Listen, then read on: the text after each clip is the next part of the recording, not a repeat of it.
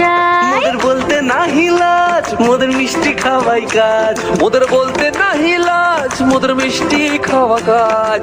দুধ পুলি আর মালপোয়াটা জমিয়ে বসে খাই। বলো বলো কার কথা চাই ভাই, মিছি মিছি করো কেন খাই খাই।